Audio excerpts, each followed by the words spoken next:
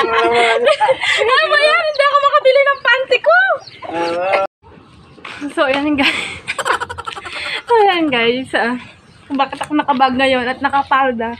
Pero sa totoo lang, hindi naman talaga ako nagpapalda guys. Pero may naisip akong gagawin at kalokohan na naman ngayon guys. At abangan nyo kung ano yun. So, ito na nga. Ba't ako nakapalda? Kahit hindi naman talaga ako nagpapalda guys. So, kasi nga may naisip akong kalokohan. Kunwari aalis ako.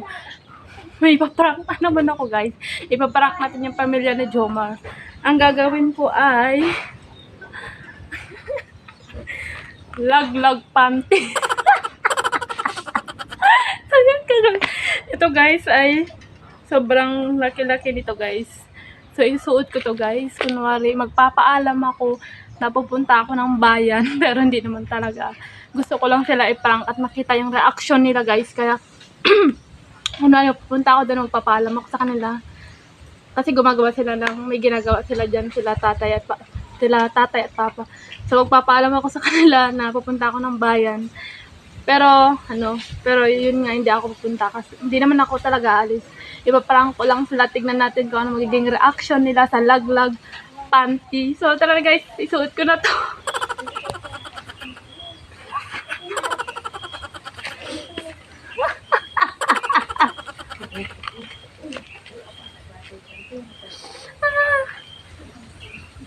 So, ayan guys. Tignan natin yung reaction nila. Magpapaalam na tayo sa kanila. Nakadoble.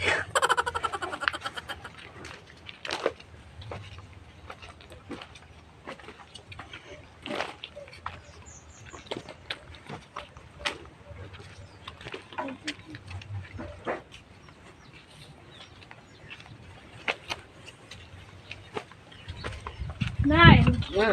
Punta mo na ako sa bayan. Punta pa ako sa bayan. Pupunta mo na ako. Paalis lang pa ako. May pupunta na ako sa bayan.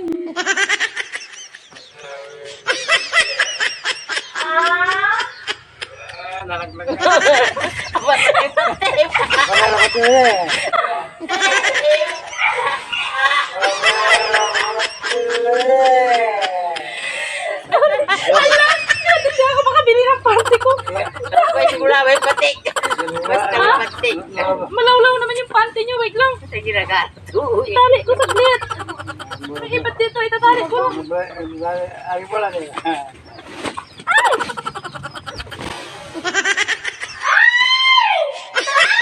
Nalaglag ulit. Ano ba yan? Hindi ako makabili ng panty ko. Dali ko lang, pupunta ako ng bayan eh. Wala akong pambili ng panty. May ipit ako dito. Ano ba yung ipit ko? Wala na.